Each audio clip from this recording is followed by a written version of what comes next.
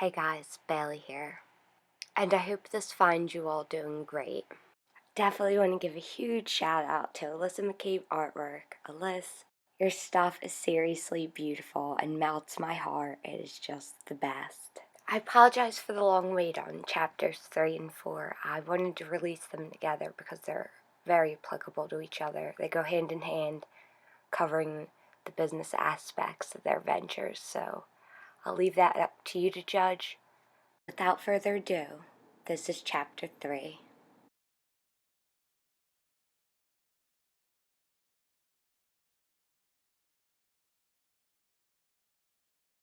With smoking snifter glasses still fogging up her thoughts, Belle was able to find some comfort snuggled in her bedding and eventually dozed off peacefully. Much to her own misfortune, it wouldn't be long before she found herself in a menacing dream, unable to wake herself to the comfort and safety of being tucked away in her own bed. Everything appeared ordinary to her at first, her pace quickening into the tree line of Cedar Forest Drive, as it had many times before. A faint melody began to catch the wind, and because it was beautiful, she chased after it. Having had hopped the wrangled roots since she was a child, even asleep she could need nothing but instinct to guide her footsteps. The deeper into the forest she went, the more she realized nothing was as it should be. Cedars that once stood tall lay dead, growing flesh-like ears about their bark, spread as an infection. She hopped the logs to find herself uncontrollably sliding on one foot, and what she found when she regained her footing was even more horrifying. What looked to be hundreds upon hundreds of bleeding teeth, swollen to the size of teacups, seeping a red gelatin that coated the forest floor before her as far as she could see. She could not hope to step around them, so rather trudged right through them, terrified, finding the texture crumbly with a powdery consistency. When she began to lose all hope of finding home, she heard the melody she was initially chasing, playing in the distance. To Belle, it felt like some time had passed, as time often drags when you're trapped in a dream that you want no parts of. She eventually stumbled upon a piano, playing itself, engulfed in a creamy-colored spotlight. The light cut through the black night, snowing only within the stretch of its luminosity. Her hand slowly reached toward the moving keys, but as soon as her fingertips hit the light, she was instantly kempt into a champagne-colored gown. The dress was snug, hugging her ribs, and melted into wisps of feathers, growing thicker toward the gown's end. "This can't be happening. This really can't be happening," she assured herself aloud, hoping to wake. She closed her eyes and wished she was home, chunky snowflakes cooling her eyelids. She heard a loud crack that sounded like a tree splitting close by, and decided it best to carry on. She found herself at a familiar crossroad of 3 elder oaks, the rare hybrid trees planted by her father when she was just a girl. Ivy had grown down these particular trees, like waterfalls, for as long as she could remember. She reached for the ivy reminiscently, when its leaves and vines began twisting and constricting her wrists and ankles. She struggled to pull herself free of the vines, biting at their grasp. She was dropped to the ground abruptly when even the trees found themselves in danger, a wandering beauty the least of their troubles. A wall of water came slashing and foaming towards the forest, large enough to coat the entire town. The cedars creaked and split, snapping like weathered wicker. She reasoned there would be no sense in running, and gave her feathered dress one last resentful tug, stood up straight and braced herself for the blow. But the wall of waves carried her the instant it hit her toes, elevating her as high as the treetops, when she finally awoke and jumped from her sweat-soaked sheets, peeling her damp nightgown off. At precisely 5:06 a.m., Belle tiptoed to the front door, hoping not to wake Avery. She stopped dead in her tracks when she heard soft symphony music playing. Eerie, she thought. She spun around slowly to see the light of Avery's office bursting through the crack of the closed door, concluding he must have never gone to bed. She shook her head and slunk through the front door, wrapped in a bristly sweater and worn-in slippers. She wasn't surprised to find Avery didn't even notice she had left. Recently, it would not be strange to find Avery awake all hours of the night, smoking cigars, pouring himself a few scotches, and listening to symphonies. Or so Belle concluded. She truthfully had no clue what he was doing in there, but she was determined to figure it out. She rushed past the Ackley Square stone clock, clanging its 6 o'clock clamor, hugging her stack of hardcover books. She darted up the stone steps of the Ackley Public Library, sunrise smearing across the sky. Later on that very same morning, at a more reasonable hour, the Cipriano mansion was abuzz for the final contract meeting of Battaglia Clothing Company. Jaden waited in one of the luxury bathrooms of 12 Cedar Forest Drive, emotionally preparing himself for the day ahead. He felt sick to his stomach, as he often did when Belle and Avery were both around. He leaned over the black opal countertop to wash his face for a third time when he heard Frank's double tap at the door. "Jay, you in here?" Frankie asked, sliding in and hopping onto the counter for a more comfortable seat. Yeah, Frank, sure am," Jaden said, confused by his presence and the question, cold water trickling down his face. "That fallen in the sandbox look works for you," Frankie said, giving Jaden's chin a squeeze, foolishly fishing at his tolerance levels. Jaden stared back at him with locked shoulders, dark circles lining his under eyes. "Look, Jay, you're clearly under a lot of pressure. I mean, it wears on you," Frankie said, genuinely concerned. Frankie had always known Jaden loved Belle and tried to empathize with his brother, but he couldn't help but feel she was irrevocably damaged from the loss of her father. "I've been sick for 3 days, Jaden justified, drying his face with a fluffy towel. "Listen, Avery's out there all riled up as usual. Ma's out there, Naomi, Karsh, his parents," Frankie warned. "We need all of their signatures. You need to pull it together and finish this." "I know what needs to be done, Frank," Jaden said, offended. "Battaglia is Avery and I's pursuits and accomplishments, not yours," Jaden reminded him, coldly. No sooner than Frank could collect his fragmented dignity, Gloria steamrolled through the extravagant bathroom like a surprise tornado. "What are you two morons doing in here?" Gloria demanded, loudly. She took a place in front of the massive mirror, applying another coat of burgundy lipstick. "Lord help me," Jaden petitioned, sincerely, his head tilted to the ceiling. "I didn't see Belle out there, you know," she continued, grimly. "She's only 17. You boys put too much pressure on her," Gloria accused, defending her favorite girl. "You know, Ma might actually be right about this," Frankie said, regrettably. "She can't even bear to be around us for a meal." "I'll deal with Belle. And Avery. I speak Giordano," Jaden said, locking his jaw instinctually. "Well, some broken version of it anyway," he clarified, rubbing at his head. Like any strategist with a mission and an uncooperative muse, Jaden decided buying himself some time might change his outcome. The white carpet of the living room that he had trampled as a child and usually felt like hopping clouds might, felt more like trotting piles of fresh holly leaves, barefoot. He took his place in front of all the people he loves most. Memories of Belle saying gut check, swirling through his head.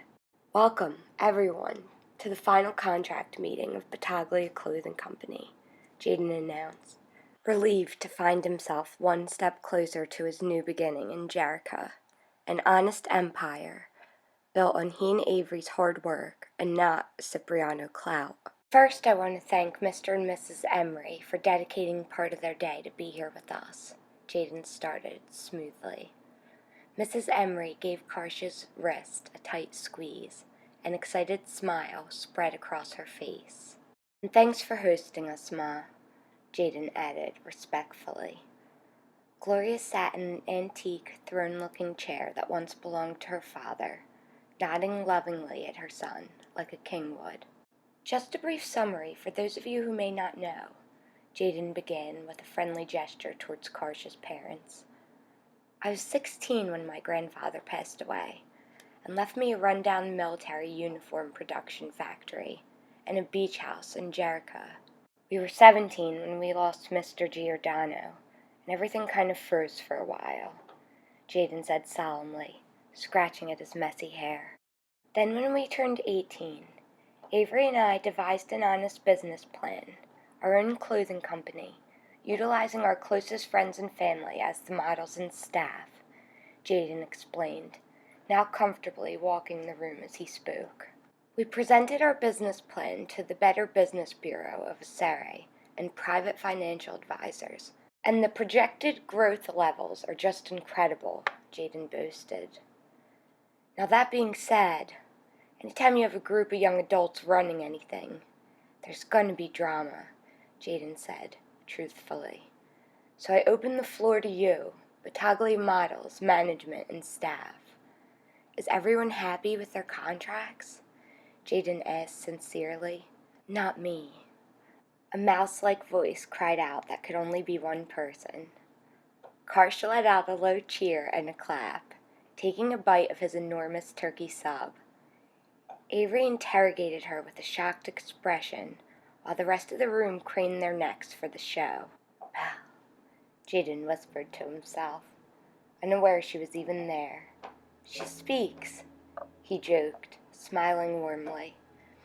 You are actually the only person who hasn't asked for anything. Let's hear it. The floor is yours, Jaden said, plopping down on the white leather sofa. Belle hesitantly took her place next to the white grand piano, having never publicly spoken before, excluding directing groups of lost children around the Ackley Public Library.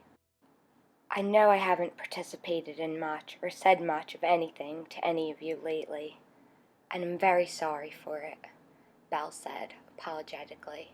And I know up until last night, I said I was fine with everything, so I'm especially sorry to you, Eve, for all the trouble and time you've sacrificed on my part, she said nervously, searching Avery's demeanor.